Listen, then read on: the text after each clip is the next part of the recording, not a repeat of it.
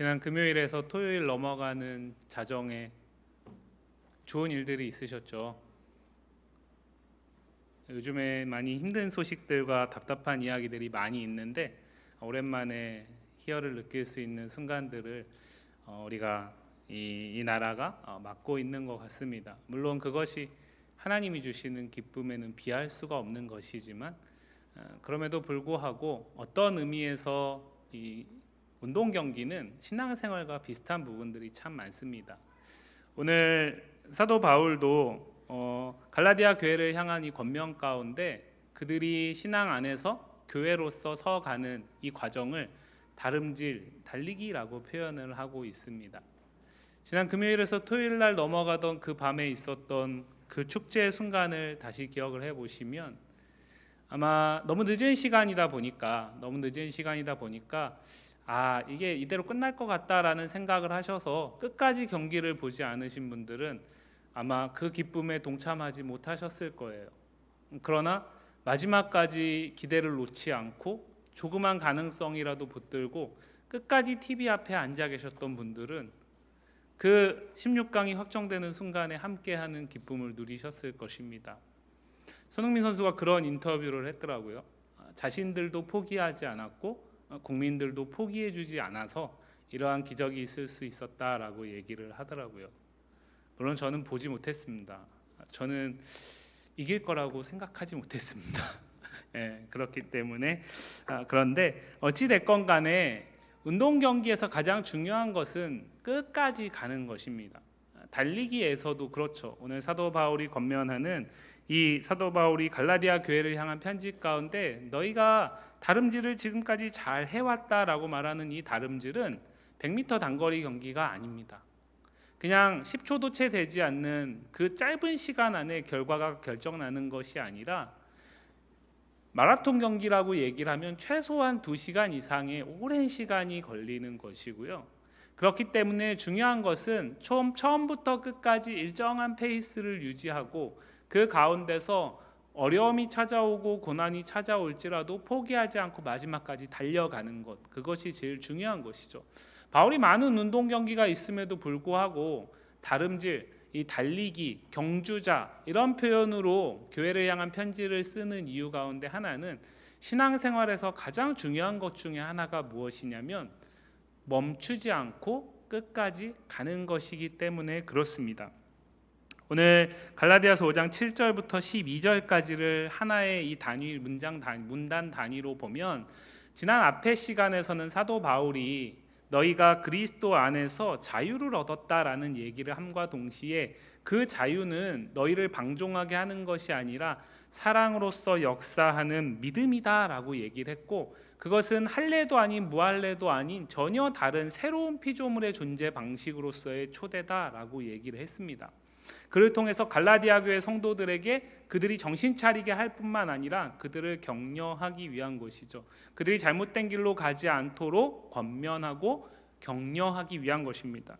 그에 반해서 오늘 5장 7절부터 12절까지는 우리가 함께 읽었지만요, 사도 바울이 그 갈라디아 교회 성도들에게 지금 다름질하고 있는 7절에서 얘기한 것처럼 지금까지는 너희가 다름질을 잘하였다라고 얘기를 하잖아요. 지금까지 너희가 다름질을 잘 하였는데 누가 너희를 막아서 진리를 순종하지 못하게 하더냐라고 물었잖아요. 그러한 자가 있었다라는 거죠. 그 무리가 있고 그 가운데 대표자가 있는데 굳이 사도 바울은 갈라디아 교회 성도들은 알만한 이름이지만 성경의 이름까지 기록하지 않는 대수롭지 않게 여기면서도 분명한 것은 무엇이냐면 지금까지 너희가 다름질을 잘 해왔는데 그것을 방해하는 존재가 있다라는 사실을 이야기하고 있습니다.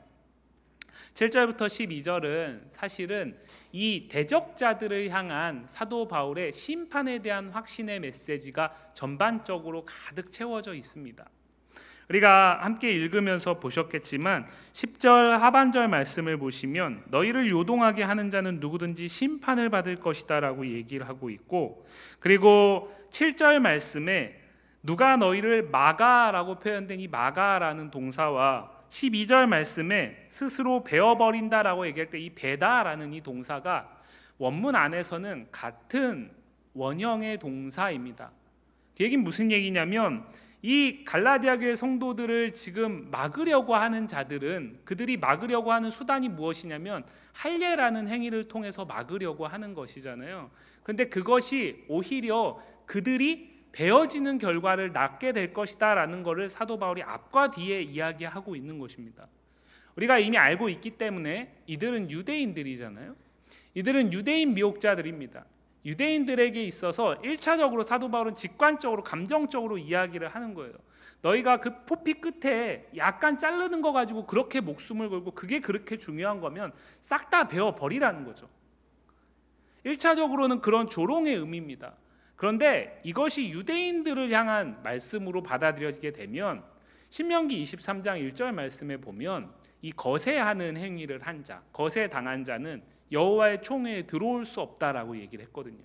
그게 무슨 얘기냐면 지금 이들은 이방인 갈라디아 교회 성도들에게 너희가 여호와의 총회에 들어오기 위해서는, 너희가 하나님의 언약 안에 속하기 위해서는 할례가 필요하다라고 얘기하는 거죠. 베어버림이 필요하다라고 얘기하는 겁니다. 그런데 사도 바울은 너희가 그 베어버림을 통해서 오히려 여호와의 총회, 그 약속의 백성이 되기에 부적합한 자가 된다라는 것을 이야기하는 겁니다.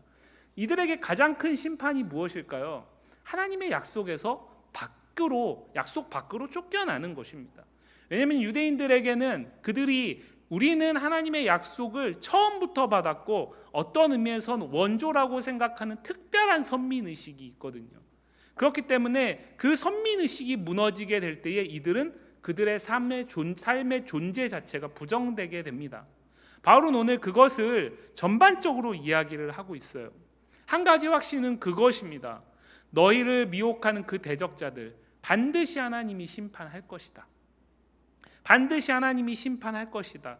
너희에게 그 포피의 일부를 베는 아무렇지 않다라고 얘기하는 그것이 결코 아무렇지 않을 뿐만 아니라 그렇게 베는 것을 좋아하는 그들이 그것을 고수함으로 인해서 그들은 하나님에게 쫓겨나게 될 것이다. 하나님께 심판을 피할 수 없는 존재가 될 것이다 라는 걸 먼저는 이야기를 합니다. 그 부분을 조금 더 보면 사도 바울은 8절 말씀을 보시면요, 갈라디아 교회 성도들에게 강력하게 생각해 보라고 얘기를 합니다. 그 권면은 너희를 부르신 이에게서 난 것이 아니라는 거예요.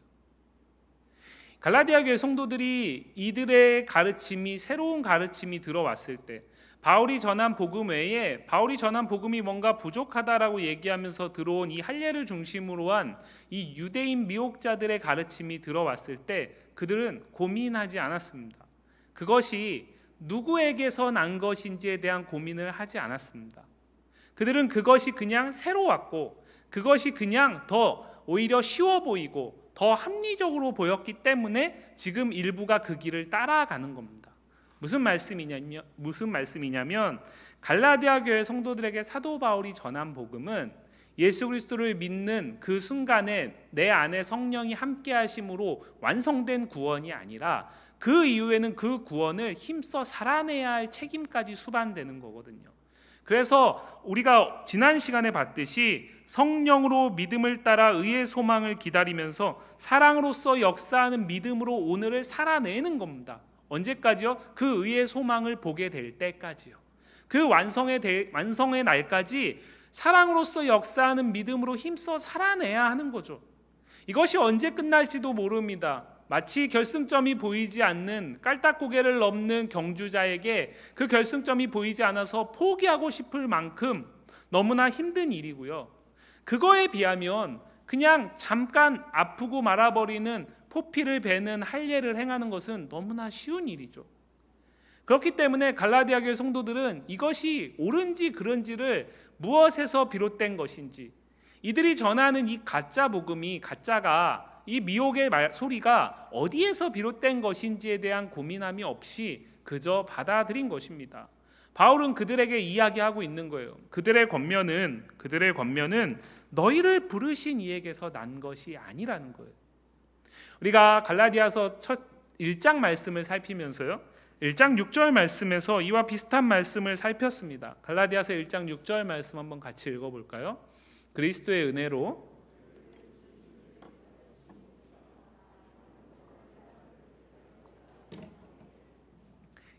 사도 바울이 기억하시겠지만 갈라디아 교회를 향한 이 편지 가운데는 얼마나 다급함이 있었는지 그들을 향한 친절한 문안조차도 생략하면서 자신이 전한 복음과 그들이 전한 복음이 전혀 다른 것이다라는 걸 얘기했고, 그 가운데 뭐라고 얘기를 했냐면 그리스도의 은혜로 너희를 부르신 이를 떠나는 것이 그들의 다른 복음을 따르는 것과 같다라고 이야기를 했어요.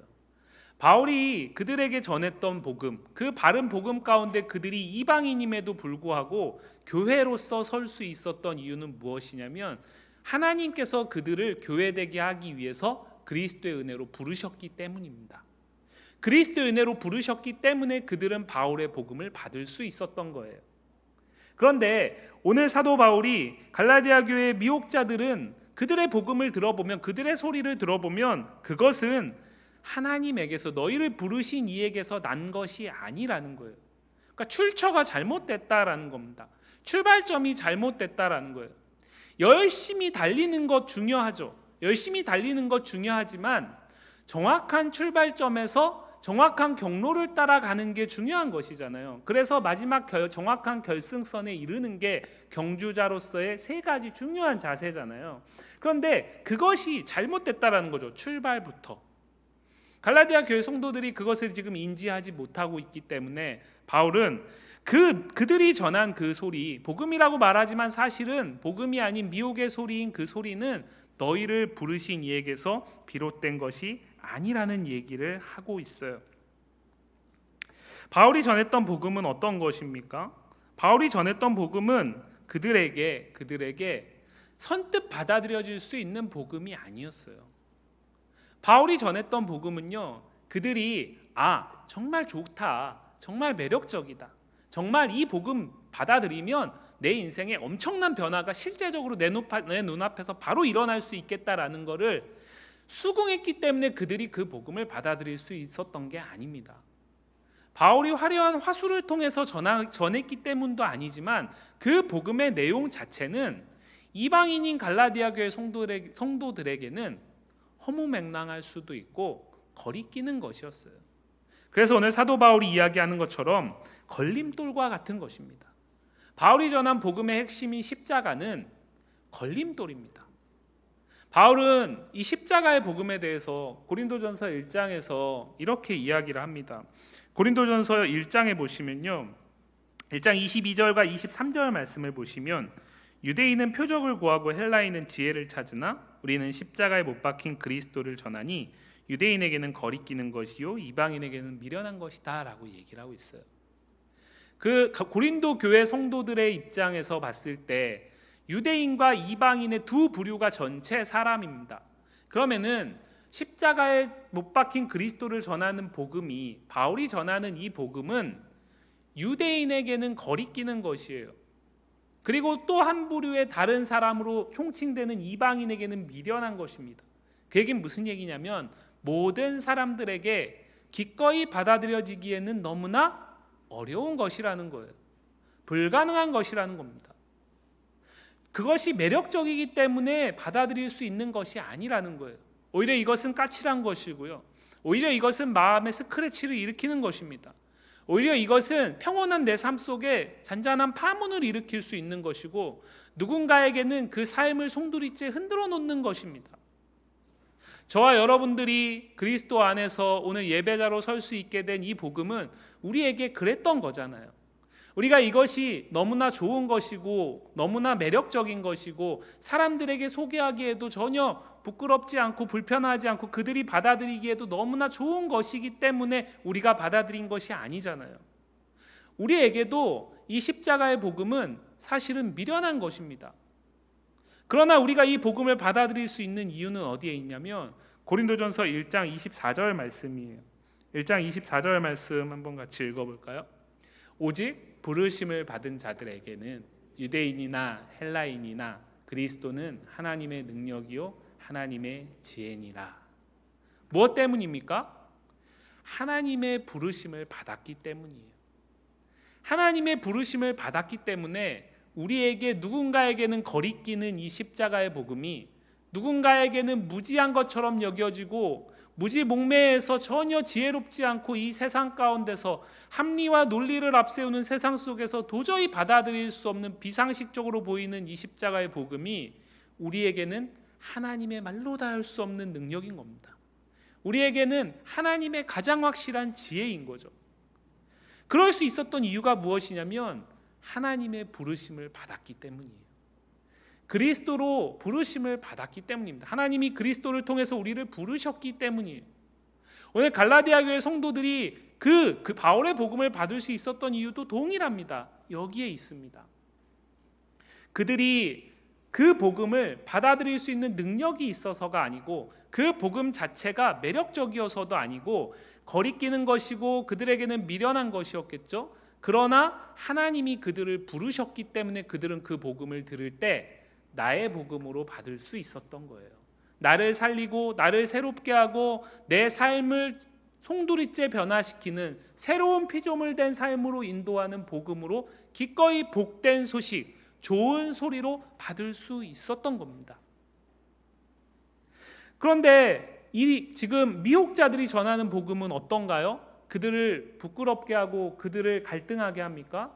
그렇지 않습니다. 이 미혹자들이 전하는 복음은 너무나 간단하고요, 너무나 쉽습니다. 그래서 너무나 매력적이죠. 보이지 않는 하나님 앞에 내가 무엇인가를 어떻게 그 하나님을 예배하고 내가 그 하나님이 보내신 성령의 인도하심을 따라서 어떻게 치열하게 오늘을 구원에 합당한 삶으로 살아내는가에 대한 고민과 번민함이 요구되지 않습니다. 그 가운데서 가다가 넘어질 수도 있는 그러한 실패에 대한 가능성도 없습니다. 그저 그냥 한 번의 행위예요. 오늘 바울이 이야기하는 것처럼 지극히 작은 누룩과 같은 것입니다. 전혀 아무런 영향도 없어 보여요. 그래서 너무나 쉽고 너무나 단순합니다. 그렇기 때문에 이들은 안일하게 받아들인 거죠. 갈라디아 교회 성도들 가운데 일부는 안일하게 이 다른 소리에 귀를 기울이고 그것에 마음을 두고 있습니다. 우리가 살아가는 시대 속에서 우리가 붙들고 있는 이 십자가의 복음은 어떨까요? 우리가 살아가는 시대는 포스트 모더니즘 사회라는 특징을 갖고 있습니다. 몇 차례 말씀드렸지만 포스트 모더니즘 사회의 특징은 절대 진리를 거부하죠. 이것이 사실이냐 아니냐가 중요한 것이 아니라 그것을 받아들이는 내가 그것을 어떻게 해석하느냐에 따라서 엄연한 진리도 거짓이 될 수 있고요. 절대로 수용할 수 없는 소리도 내게 그것이 기꺼이 수용할 수 있는 것이라면 진리인 겁니다. 그렇기 때문에 모든 것이 상대화되죠. 그 가운데 우리가 전하는 복음은 어떨까요? 우리는 상대화된 복음을 전하지 않습니다. 우리는 사람들의 비위를 맞추고 사람들의 상황에 맞추어서 그 사람들이 받아들이고 그 사람들이 수용할 만한 그러한 복음을 전하지 않습니다. 기독교 역사는 언제나 그리스도의 십자가의 그 죽으심과 그 부활하심을 중심에 두고 그 십자가의 죽으심이 나를 위한 것이고 그의 다시 살아나심이 나를 위한 것이다라는 것, 그것이 그 핵심에 있는 것이죠. 그래서 너는 죄인이고 그래서 우리는 죄인이고 그 죄의 문제로부터 벗어나기 위해선 예수님 외에는 소망이 없다라는 게 기독교의 복음의 핵심이잖아요. 그런데 이 진리가 사람들에게는 어떻게 받아들여질까요? 거리끼는 것입니다. 사람들에게는 그렇게 매력적이지 않아요. 사람들에게는요, 저 하늘의 소망을 갖고 있지 못하는 이 땅을 살아가는 사람들, 이 땅이 전부인 것처럼 여기면서 오늘도 죄의 죄를 더해가는 그 사람들에게는요, 이 십자가의 복음이 전혀 지혜롭게 받아들여질 수 없습니다. 그렇기 때문에 이 시대 속에서도 우리 역시 이 갈라디아 교회 성도를 향한 사도 바울의 이 우려의 소리가 우리에게도 들려질 수 있어야 되는 거예요. 우리는 십자가의 복음으로 시작을 했습니다. 십자가의 복음으로 시작한 우리가 그 구원에 합당한 삶을 살아가는 오늘 경주를 달려가는 과정 속에서 십자가의 복음이 아닌 다른 것이 복음과 같이 내 앞에 경주자로 달려가는 내 앞에 걸림돌처럼 있을 수 있다는 사실을 경계하셔야 된다는 거죠. 그래서 신앙인의 삶은 안일할 수 없는 겁니다. 왜요? 성경에서 이야기하는 것처럼 우는 사자는 삼킬 자를 두루 찾고요. 그래서 우리의 경주를 어떻게 해서든 멈추려고 합니다. 어떻게 해서든 결승선까지 못 가게 하려고 합니다. 그러한 실제적인 현실이 있는 거예요. 그렇기 때문에 우리는 가볍게 여겨서는 안 됩니다. 내가 알고 있는 십자가의 선명한 복음 외에 다른 소리가 내 마음을 채우기 시작한다면 우리는 점검하셔야 돼요. 그 소리가 나를 부르신 이에게서 난 것인지 아니면 세상의 사람들에게서 난 것인지 점검하셔야 된다라는 거죠. 나아가서 사도 바울은 그 당시에 사회 속에서 격언처럼 쓰였을 법한 익숙한 인용구를 하나 통해서 왜 그 문제가 가벼운 문제가 아닌지를 이야기하고 있어요. 9절 말씀을 보시면 적은 누룩이 온 덩이에 퍼진다라고 이야기를 합니다. 성경 안에서 누룩은 언제나 부정적이진 않습니다. 마태복음 13장에 보면 예수님께서 천국 비유, 하나님 나라 비유 가운데 작은 누룩이 서말 부풀려 가지고 천국에 확장되는 의미를 표현할 때, 비유를 사용할 때 누룩을 씁니다.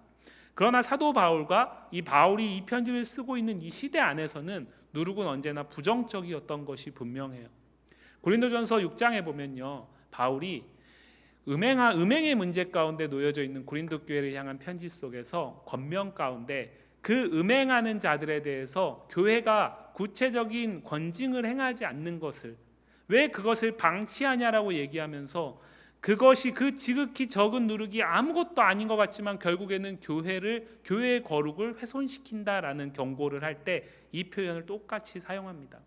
어쩌면 지금 갈라디아 교회 성도들 가운데 대다수는 여전히 바울이 전한 복음, 그 참된 진리 안에 머물러 있을 겁니다. 그들 가운데 대다수는 여전히 경주자로서 결승선을 향해 힘써 달리고 있을 겁니다. 근데 그 중에 극히 일부 적은 누룩과 같은 사람들이 있을 거예요. 있었다라는 것을 생각해 볼 수 있습니다. 그런데 그들을 그냥 그렇게 용납하고 내버려 두게 되면 어떤 문제가 생긴다라는 거죠? 결국에는 그 적은 누룩이 교회를 어렵게 한다라는 거예요. 갈라디아 교회 공동체 전체를 어렵게 한다라는 거예요. 그래서 그들을 쫓아내라 이런 얘기가 아닙니다. 그렇기 때문에 그것을 가볍게 여겨서는 안 된다라는 거예요. 왜요? 한 몸 된 공동체니까요.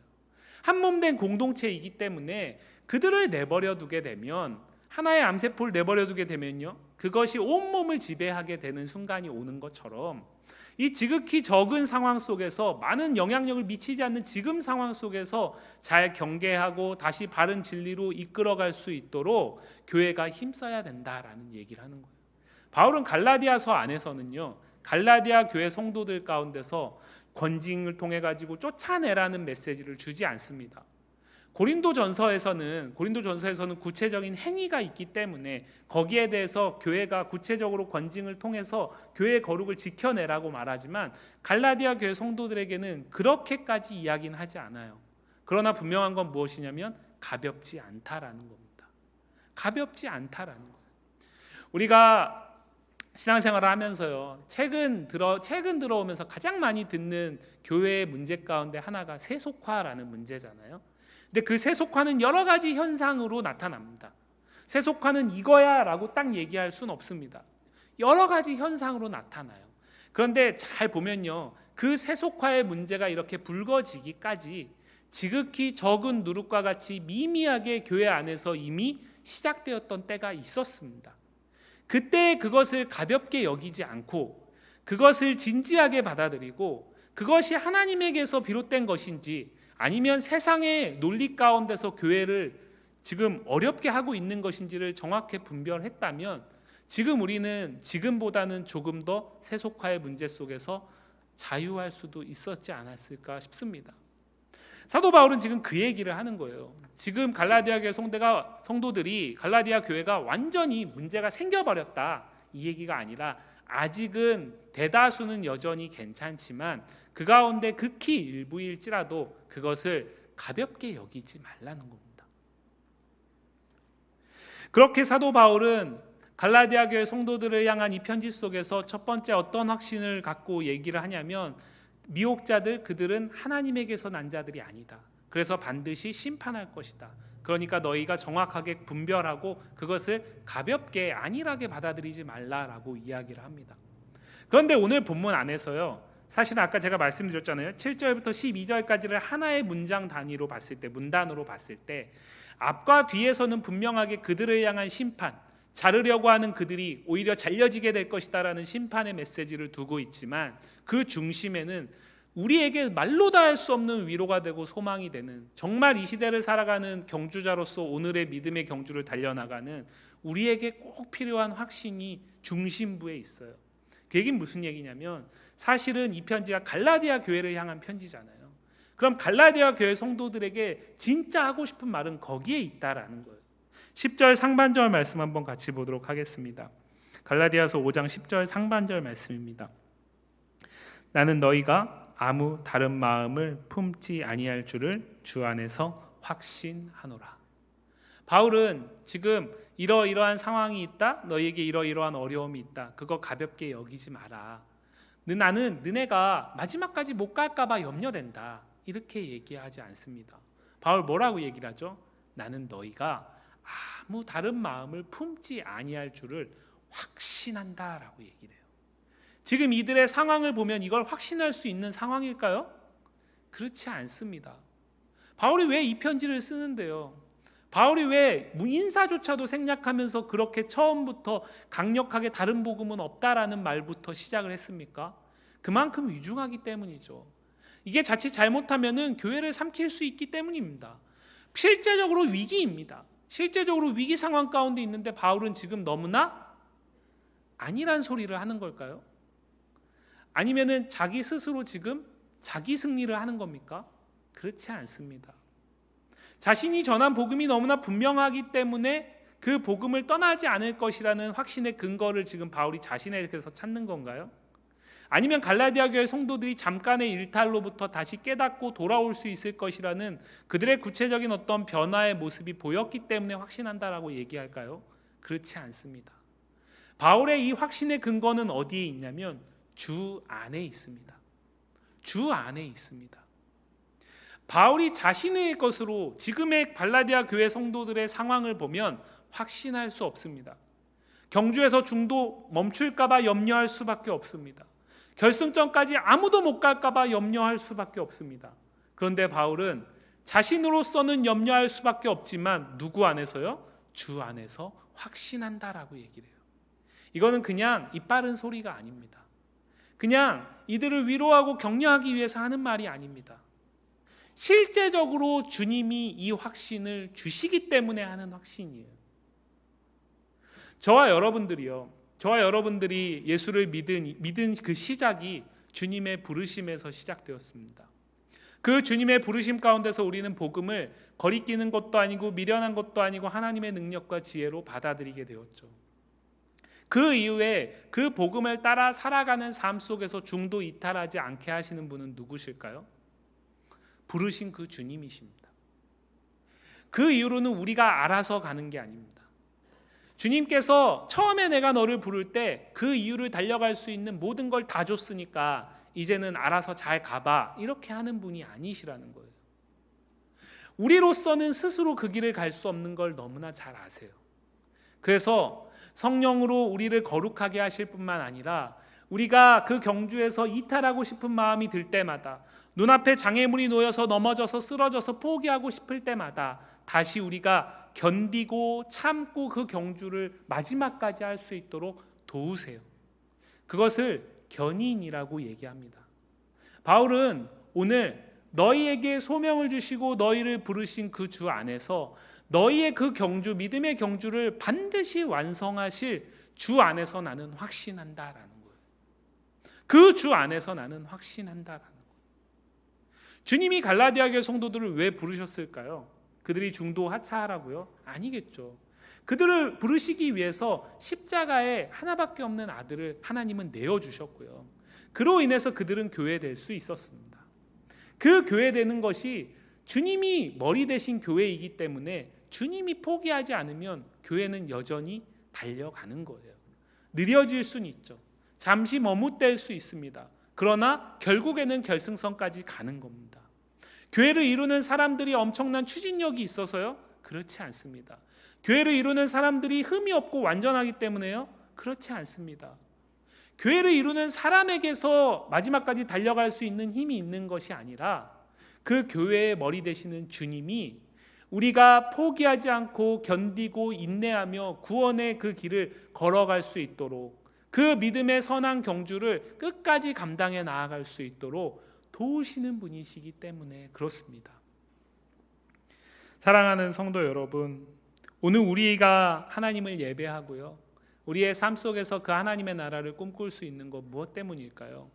우리의 완전함 때문일까요? 그렇지 않습니다. 우리의 완전함을 기대한다면 우리는 이 믿음의 경주를 지인즉 멈췄어야 돼요. 나의 완전함에 의지했다면 우리는 이 경주를 진작 포기했어야 됩니다. 그런데 나의 완전함이 아니고 나의 의가 아니라 나를 부르신 그 주님이 나를 견디게 하시고 참게 하시면서 그 믿음에 합당한 길을 떠나지 않도록 도우시기 때문에 우리는 오늘 그 길을 걸어갈 수 있는 거예요. 다시 말씀드려서 우리가 믿음이 좋기 때문에 예배자로서 서는 것이 아니라 그 믿음을 주신 분이 오늘도 우리가 예배자로 설 수 있도록 끊임없이 우리를 도우시면서 그 믿음의 예배자의 길을 포기하려고 할 때마다 우리를 다시 견디게 하시고 그 포기할 수밖에 없는 장애물 앞에서 다시 일어나게 하시고, 그래서 참고 견디고 마지막 결승선까지 가게 하는 겁니다. 예전에요, 지금은 이제 우리나라가 마라톤이 그 명맥이 끊겼는데, 예전에 이봉주라는 선수가 금메달을 딴 다음에 인터뷰를 할 때 그런 얘기를 하는 걸 들었습니다. 마라톤 선수들이 고비가 항상 있는데 그게 약 6, 7km에서 40km까지라고 그러더라고요. 그리고 그 코스는 언제나 오르막이라고 얘기를 하더라고요. 그렇게 이제 구성을 하나 봐요. 그 마지막 그 오르막, 딸깍고개라고 얘기를 하던데 그거를 넘지 못할 거라고 생각한 적이 없다라는 거예요. 힘들지 않아서가 아니라요, 힘든 거 알죠. 그러나 자신이 그것을 넘기 위해서 지난 시간 동안 쌓아왔던 훈련의 시간들이 있기 때문에 그 안에서 내가 끝까지 달릴 수 있을 것을 확신했다라고 얘기를 했어요. 하물며 우리의 확신은 어디에서 기인합니까? 우리를 부르시고 우리의 그 경주를 마지막까지 완성하실 주님에게서 기인하는 거예요.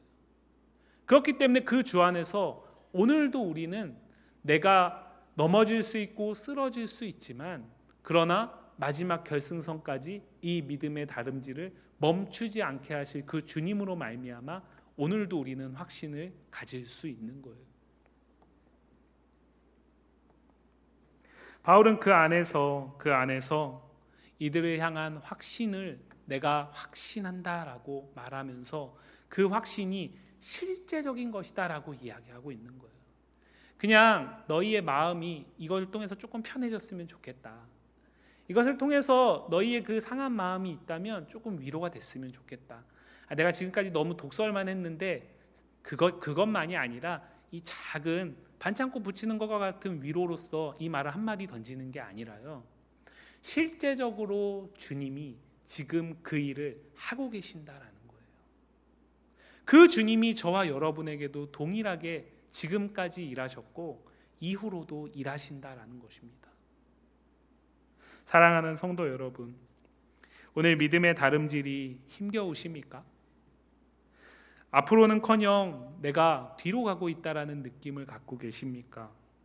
그렇다면 지금 내 다름질을 이끌어가는 것이, 내가 이 다름질을 멈추지 않고 하게 하는 것이 누구에게서 난 것인지 점검하실 수 있기를 바랍니다. 그 결과 나를 부르신 하나님 아버지에게서 난 것이 아니라면, 주 안에서 난 것이 아니라면 회개함으로 돌이킬 수 있는 은혜의 자리에 서시기를 바랍니다. 그리고 확신하실 수 있길 바라요. 나를 부르신 하나님, 그 주님이 오늘 나의 믿음의 다름질에 함께하고 계시고, 시시각각 나를 넘어뜨리고 멈추게 하려는 걸림돌 앞에 설 때마다 내가 그 다름질을 포기하지 않고 견디고 인내하고 참으면서 그 경주자의 길을 걸어갈 수 있도록 결승선까지 함께 하시도록, 함께 달려가시는 견인하시는 주님이심을 기억하실 수 있길 바랍니다.